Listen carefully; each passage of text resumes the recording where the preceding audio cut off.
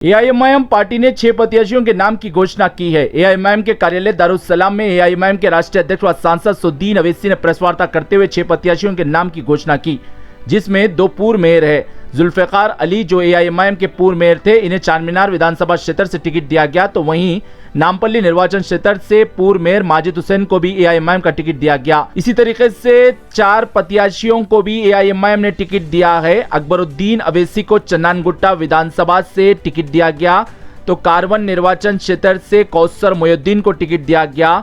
मलकपेट विधानसभा से अहमद बिन अब्दुल्ला को टिकट दिया गया और नामपल्ली के सिटिंग विधायक जाफर हुसैन मेराज को फेरबदल करते हुए याकूतपुरा विधानसभा से टिकट दिया गया। एआईएमआईएम पार्टी ने अनुभवी और सक्षम चेहरों को विधानसभा क्षेत्रों से टिकट दिया है। ओवैसी ने कहा कि अभी 3 प्रत्याशियों की घोषणा भी जल्द ही कर दी जाएंगी, बहादुरपुरा, जुबली हिल्स और राजेंद्र नगर।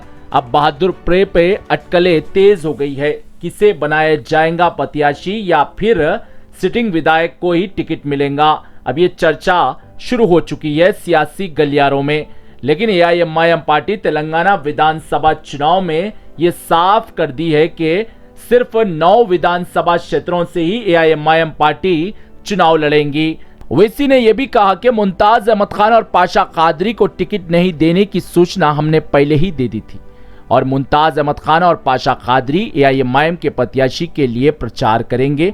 दोनों का हम सम्मान करते हैं और एआईएमआईएम पार्टी में दोनों ही वरिष्ठ है। मुमताज अहमद खान और पाशा कादरी से इस चुनाव में हम अच्छे सुझाव भी लेंगे। दोनों को अच्छा अनुभव है चुनाव का और विधायकी का भी, क्योंकि दोनों ही लंबे समय से विधायक रहे हैं। जैसे ही ओवैसी ने 6 प्रत्याशियों के नाम का ऐलान किया, पूरे दारुस्सलाम में असदुद्दीन अवैसी जिंदाबाद की गूंज सुनाई दे रही थी।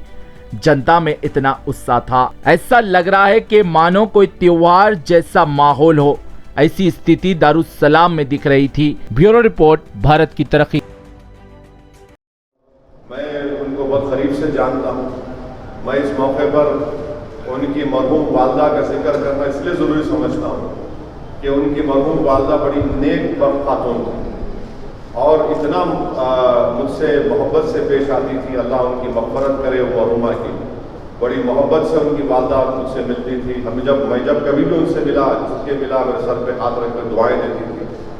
अल्लाह उनकी मग़फ़िरत करे। और ख़ास तौर से मुमताज़ अहमद खान साहब के वो 2 मामू मसूद शाह खान साहब जो शिकागो में हैं, ये लोग अपनी जवानी में मजलिस का साथ दिए थे। आज अमेरिका में है, क़याम पज़ीर है। अल्लाह उनकी हर मुश्किल को आसान करे। वो लोग बड़ी मोहब्बत से सरपरस्ती करे, आज भी कर रहे हैं, मुझे यकीन है। मुमताज़ खान साहब अमेरिका में थे। अमेरिका से उनकी वापसी के बाद मैं मुमताज़ खान साहब के अहमद पाशा कादरी साहब को बुलाकर दारुस्सलाम में उनसे बताया कि भाई जो बात पहले से तय थी आपको बता रहा हूँ कि इस बार मैं आपको और पाशा कादरी साहब को दोबारा एमएलए का टिकट नहीं दे सकता हूँ और मेरी ख्वाहिश ये है कि आप लोग मजलिस से वाबस्ता रहें और बल्कि इलेक्शन में आगे बढ़कर एक बड़े बनकर आप मजलिस के लिए काम करें। तो दोनों ने मुझसे कहा कि बिल्कुल सही है, बराबर हम जमात के साथ थे, है और रहेंगे। हम मजलिस के लिए काम करेंगे।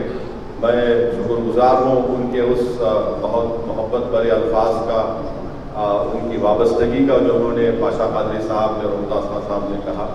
और मुझे यकीन है कि इस इलेक्शन में पाशा कादरी और मुमताज़ खान साहब दोनों मजलिस इत्तेहादुल मुस्लिमीन के लिए काम करेंगे, मजलिस के उम्मीदवारों के लिए काम करेंगे और उनका एक बड़ा तजुर्बा है। हम उस तजुर्बे से फ़ायदा ही हासिल करेंगे। और आज के दिन मैं जो है चंद असम्बली सीट के उम्मीदवारों के नाम का ऐलान कर रहा हूँ आपके सामने। तो मैंने जैसा आपसे कहा कि 9 असम्बली कॉन्स्टिट्यूंसीज पर मजलिस इलेक्शन लड़ेगी,